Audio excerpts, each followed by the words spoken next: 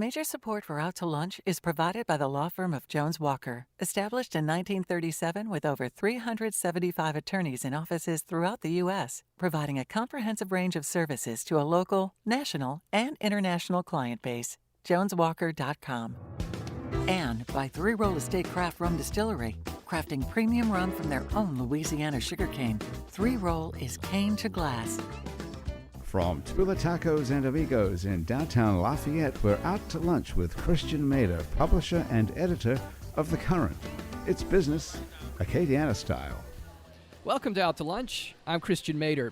There's no shortage of podcasts. These days, anyone can buy a microphone off the internet and start talking into it. I'm proof of that. The trick is finding an audience willing to listen. Passion is a great place to start, and there are a few things people are more passionate about than music and food. So why not connect them? That's been the recipe for success for my guest, Greg Bresnitz. It all started with a TV show, Dinner with the Band, but took off with his long-running podcast, Snacky Tunes, which he began taping with his co-host and twin brother, Darren, in 2009. Since then, the pair have recorded over 500 episodes interviewing chefs about the music that inspires their food. It's a format that lends itself to endless hours of conversation and makes for a pretty compelling live event, too.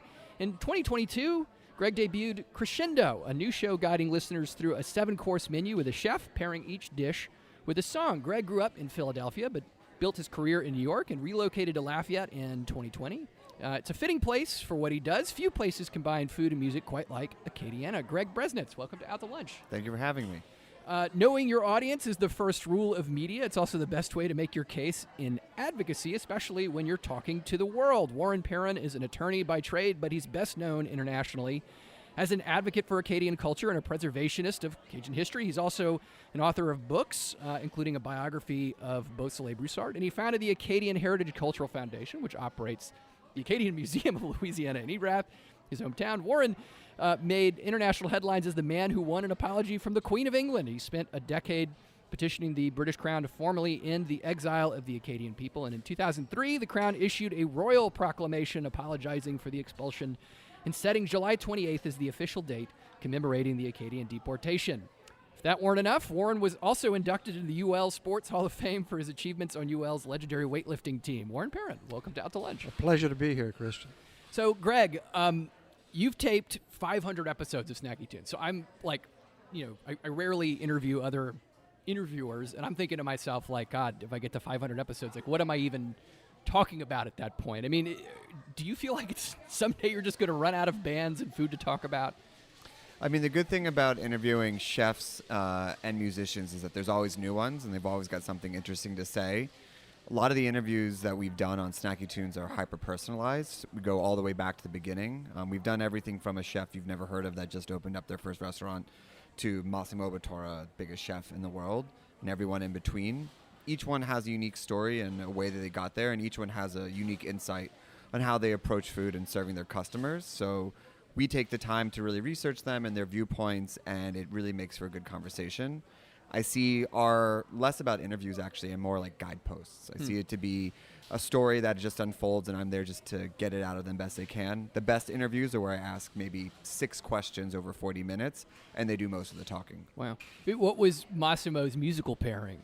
Massimo's music pairing was Autumn in New York, which actually was a big inspiration for one of his most famous dishes, also of the same name. Yeah. When we were getting ready to write the Snacky Tunes book, which came out on Fade in October 2020, he had casually mentioned that he was inspired by that song for that dish, and that actually was one of the sparks for the book, because we realized, as we had through over the years, the absolute deep connection between chefs and the music they listen to, and how it pushes their restaurants, how it pushes the dishes that they create, how they use it for inspiration. And so that was the kind of kernel for what came next. Yeah. So, Warren, we still talk a lot about Acadian culture in almost as though it's still under threat. And then I think about, the achievement of the apology, right? The recognition. And so sometimes I'm left to ask myself, like, what are we still fighting for here? Isn't that enough? Well, I viewed the apology as a way of making people get interested in their history, because I had no clue growing up that I was part of this 4 million people in the world that had been victimized as the first act of ethnic cleansing in North America. I didn't know why. I could speak French. I asked my grandpa why he spoke French, and he had no clue. So I always had that nagging question in my mind, why am I a part of something bigger that I don't know about? And going to UL and being on the Olympic weightlifting team, I met Walter Amahara, who told me about his family being deported, similar to the Acadians, from California, placed in an internment camp during World War II. And when we apologized to the Japanese Americans in 1988 by signing an official apology by President Reagan, a light bulb went off in my head, and I said, this is the opportunity to study this issue and seek redemption for our ancestors who had been deemed as criminals because the British had to justify the deportation in an unfactual way. Mm-hmm.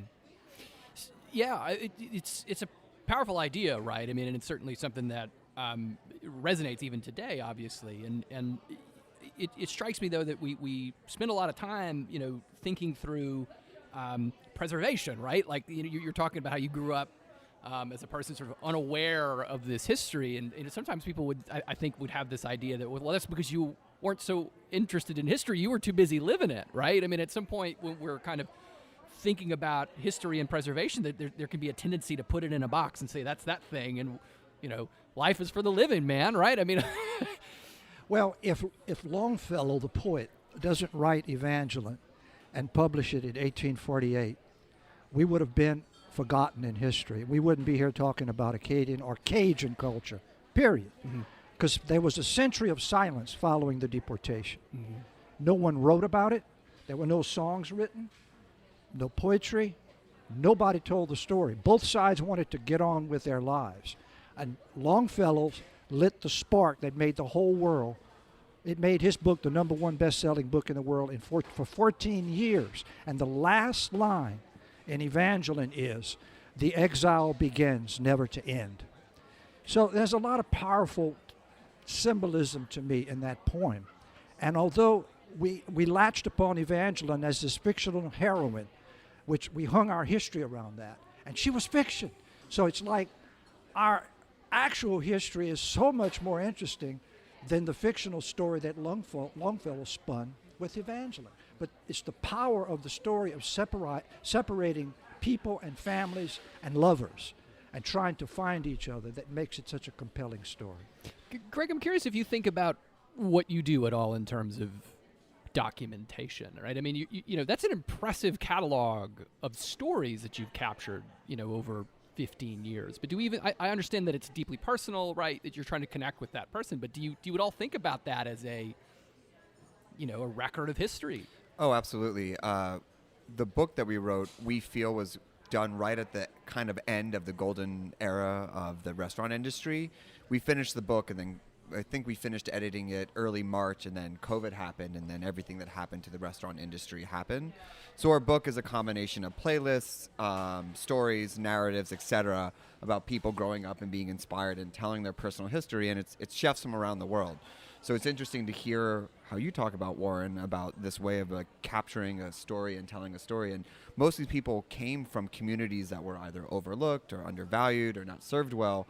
And then got to play on a national stage, and were able to educate people about their communities and their heritage through their food and the stories that they were telling through the ways that they served their customers. So kind of in the way that the book captured an untold story, a lot of these dishes and these chefs actually act as ambassadors for their cultures and are able to push issues that might otherwise might not be seen in the light of day. Warren, did you find, in your work, I mean, there have been no shortages, I guess, since the mid-20th century of tastemakers who found something in Cajun culture, right? I mean, I'm thinking of Paul Prudhomme becoming a world-renowned chef, right? And people becoming aware of visions of our culture. I mean, did that help, right? I mean, in your pursuit of the proclamation, that people kind of knew about the Acadians, or did you find that most people are like, wait, who are you talking about? Absolutely. What's really maddening to the 4 million Acadians in the world who don't call themselves Cajuns, we're the only group that picked up the name Cajun as a corruption of the word Acadien. It was shortened to Acadian, ultimately Cajun. Everybody in the world knows what a Cajun is because of our food and our music. If you ask them what an Acadian is, most people have no clue. So we have become known by our culture as Acadians have not. Why? I would say probably the World's Fair of 1984 opened the culture, the music, the food, the language, the uniqueness, the reality of our culture to the world. Mm-hmm. And so I started this petition in 1990, and that decade, the Berlin Wall just came down in 89, the Soviet Union broke up. So the decade of peace was the 90s. Bill Clinton was president. It was no wars going on. And so the timing of the petition was right. It allowed countries to review their history and be introspective and not be afraid to confront their past. Mm-hmm. So the World's Fair in New Orleans, although a financial disaster, was what made the culture known worldwide. Mm-hmm. Greg, I got to imagine that you're talking about you're interviewing chefs who come from any number of cultural traditions and stuff. And I mean, certainly something that seems to be happening in literature about food, literature about music certainly is the idea that like all human activity is politics, right? You can't, sort of divorce it from cultural traditions, but also what people go through. I mean, you must have just like heard some pretty powerful stories, right, from these kinds of groups that have been overlooked, right? I mean, in the way that food becomes an expression of who they are and then sort of an act of individualism or perseverance. Am I right in assuming that? I mean, I guess you touched a little bit on the concept of there being a lot of these folks that you've encountered, right, from overlooked cultures. So I'm thinking, because I've come from here, right, the other sort of Acadians of the world, not literally the other Acadians of the world, but cultures like that, perhaps kind of overlooked. I mean, is there one that you kind of encountered that was particularly interesting to you? I don't think that you can separate after all these like one individual story. I think it's like a compendium of things, but what you generally see is people whose culture was appropriated, and so you would have someone who would be like, oh, like I went to go visit somewhere and I came back and now I'm making that food or presenting that, but have no connection to it other than I went to a trip and took some recipes. Sure. You now see people who are having the ability to be like, hey, I'm from there and I want to tell that authentic story, and people actually actively seeking out and going after that for whatever reason, for no other reason than wanting to actually go directly to the source. I remember going to see a panel a number of years ago about citing your sources, and like it was really controversial and continues to be controversial about people who are picking up references and cooking food that's not their own and also not acknowledging where it came from. And the conference was essentially just like, hey, like this might not change the way that people appropriate other cultures. However, it would be nice if you just said, hey, you didn't grow up this way and you learned from this person, or you like got reference points, or you got educated this point, just so people were curious, they could go more directly to the source. And you hopefully begin to see that more of a movement towards that, and like at least acknowledgement around where people are being able to get it, and like owning up to culture that's not their own. You're listening to Out to Lunch. I'm Christian Mader. I'm talking with podcaster Greg Bresnitz and culture advocate Warren Perrin. Warren, do you see the way that Cajun identity plays out on the world stage and think to yourself, we're being appropriated in a way that's inappropriate? That's a weird way of saying that, but yeah. Occasionally, but by and large, no. I've traveled the world representing the state of Louisiana and the United States for nearly 40 years. And generally, their appreciation of us is more accurate now than ever, as I see it. The stereotypical Cajun now is no longer a swamp-dwelling creature that eats alligators, although we eat alligators. I was asked many times what I thought about the TV show Swamp People.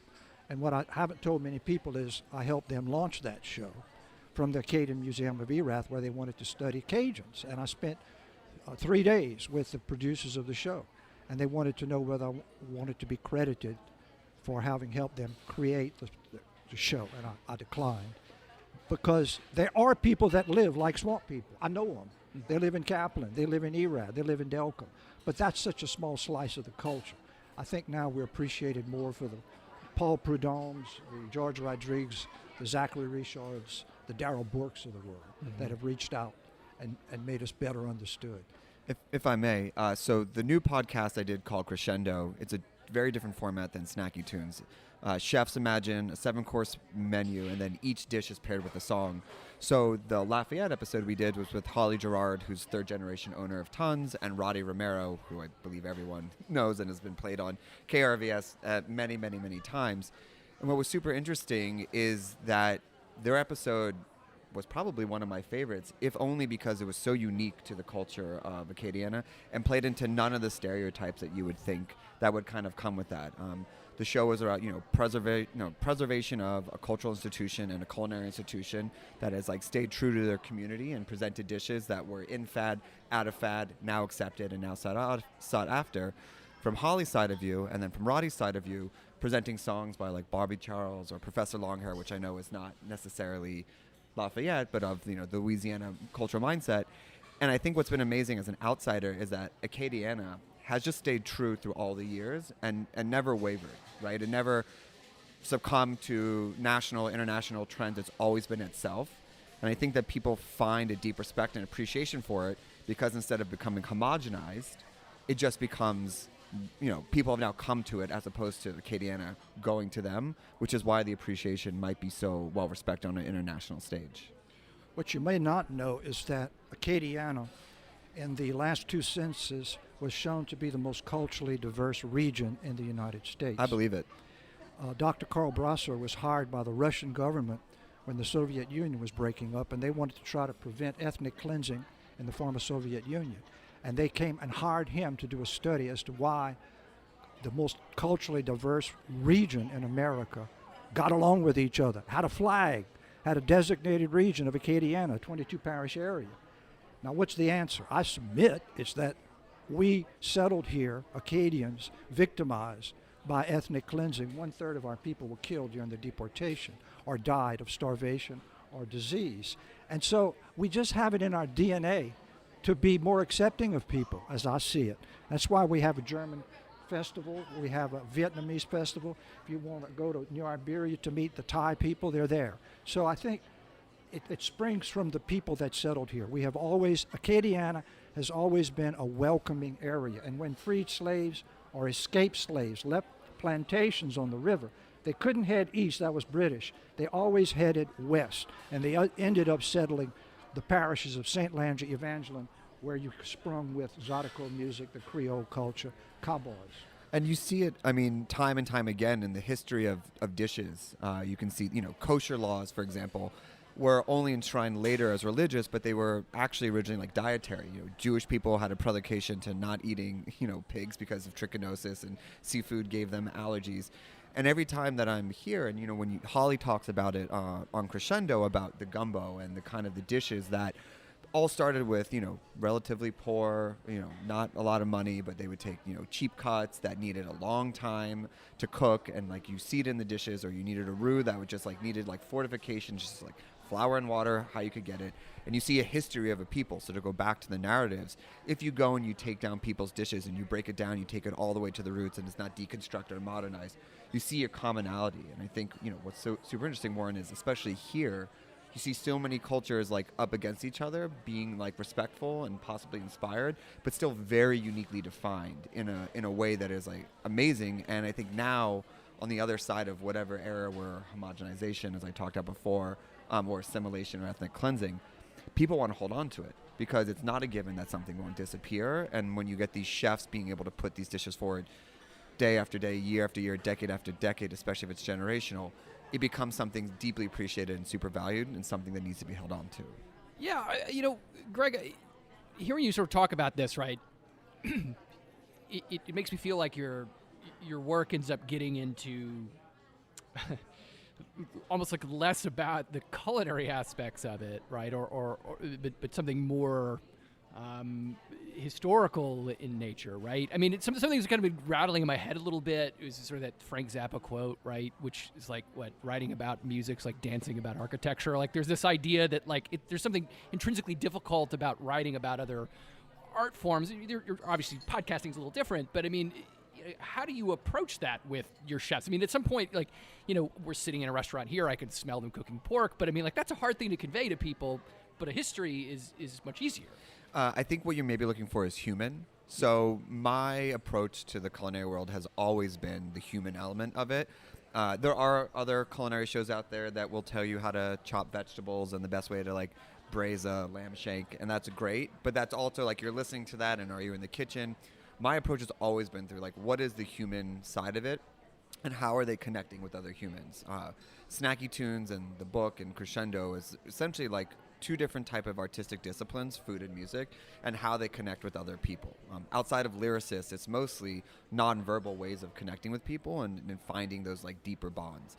So my interviews, if you look at them, it looks very vague on the page. It's actually just like a bunch of words and phrases that I see as guideposts to get the most out of a person and the most out of a story and unlock things that would not otherwise be told. And so time and time again, when I do these interviews, I go for something that they've never been asked for that is adjacent or maybe come through their culinary as a starting point, but almost has nothing to do with what they're doing in the kitchen.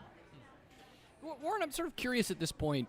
You've been doing this for a number of years, right?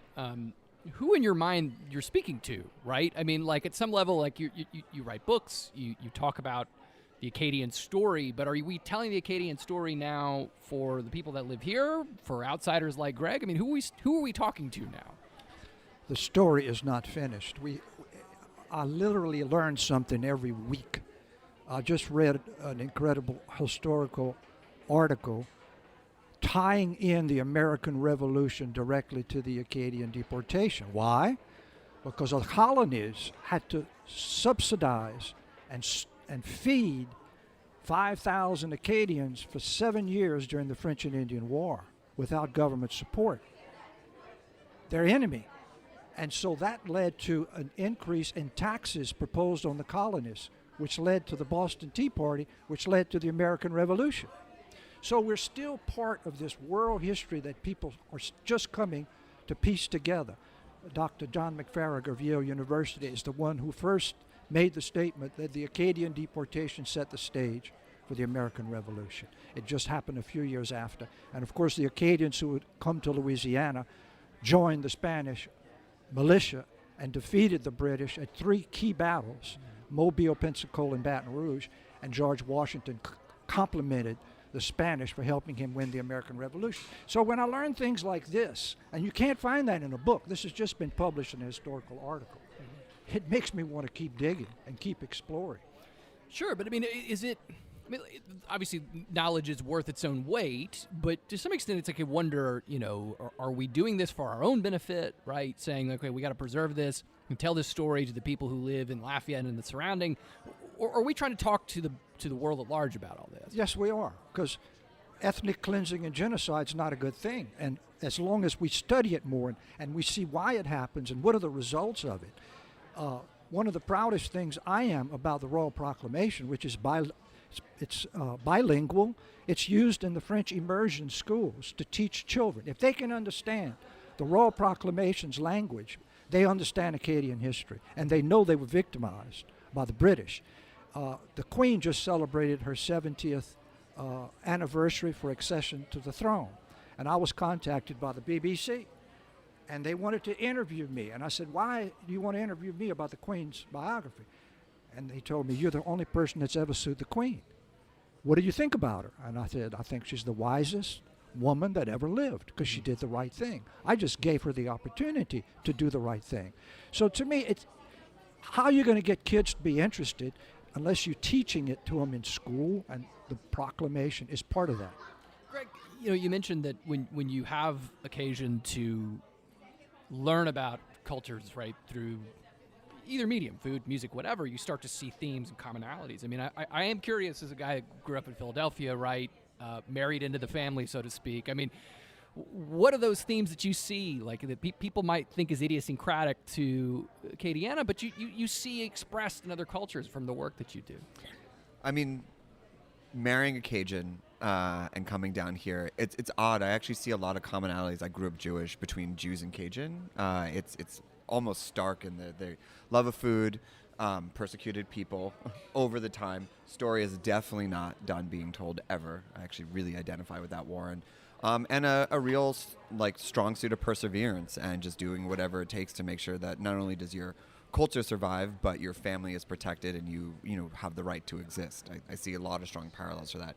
I think you see a lot of that in a lot of cultures that do not normally get the limelight, and those stories again are told through food and survival and the kind of continuation of protecting and preserving a culture. I think you're going to enjoy reading the book I'm working on now on the death of David Berger, who was a Jew from Cleveland, Ohio. He was one of the 11 Jewish athletes killed in the Munich Olympics of 1972. And he was a competitor of mine because he was a Tulane weightlifter. And his family has given me permission to write his story, his biography. And I hope to have it released on the 50th anniversary of the Olympics, which would be later this year.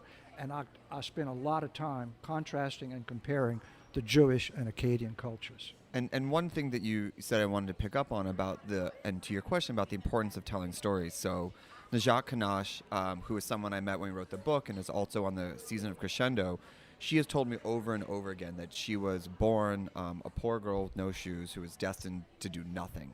She's now recognized as one of the top chefs in the entire world, always on the top of the best Moroccan restaurants, and has created this global empire. She brings women down from the mountains to the city of Fez and teaches them how to make cheese and how to build businesses. She's just traveled around the world. She's an amazing ambassador.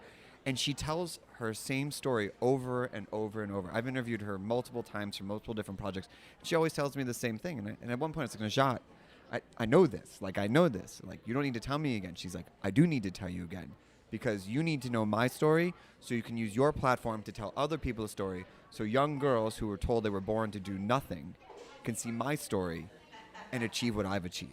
So I think similar to that, you telling your story, Warren, and you being able to kind of over and over and continue to put the platform out there, you could put a bow on it and say it's done, but if you continue to rattle the cages and bring awareness to it, someone might see it and might have a different life because of that story and go down a different path and think that they are worth something, that something is achievable because they know the history behind it. So I think, Greg, you hit the nail on the head earlier when you said at the end of the day, what this is all about is humanity, right? I mean, stories are just an expression of people and who they are. And both of you have clearly found powerful ways of capturing that. And thanks for joining me here on Out to Lunch, Acadiana. My guests today on Out to Lunch have been podcast host Greg Bresnitz and culture advocate Warren Perrin. We edited this conversation to fit into our time slot here on KRVS, and you can hear our unedited conversation and find out more about Warren and Greg by listening to the Out to Lunch Acadiana podcast. You can find and subscribe to the podcast on your podcast app and on our website. It's Acadiana.com. If you want to know what we all look like, you can find photos from the show on Acadiana.com and on our social media. These photos were taken by Dylan Babineau. Out to Lunch is a production of INO Broadcasting for It'sAcadiana.com and KRVS 88.7 FM. The producer of our show is Grant Morris. Our technical producer is Eric Merle. Our associate producers are Molly Richard, Shayla Lang, and Destiny Traha. Our researcher is Leah Urdielis. Today's show was engineered also by Dylan Babineau. I'm Christian Bader, editor of The Current, Lafayette's nonprofit news outlet. For stories deeper than the headlines, head over to thecurrentla.com. Sign up for our newsletter. I'll see you here again next time for more business and conversation on Out to Lunch Acadiana. Bye-bye. Out to Lunch Acadiana is recorded live over lunch at Tula Tacos and Amigos. Tula Tacos and Amigos offers street-style tacos, margaritas, and an open-air courtyard on Jefferson Street in the heart of downtown Lafayette. Major support for Out to Lunch is provided by the law firm of Jones Walker, established in 1937 with over 375 attorneys in offices throughout the U.S., providing a comprehensive range of services to a local, national, and international client base. JonesWalker.com. Mitchell Foreman wrote and performs all the music on Out to Lunch. You can hear Mitchell's music anywhere great jazz is sold or streamed, and at MitchellForeman.com.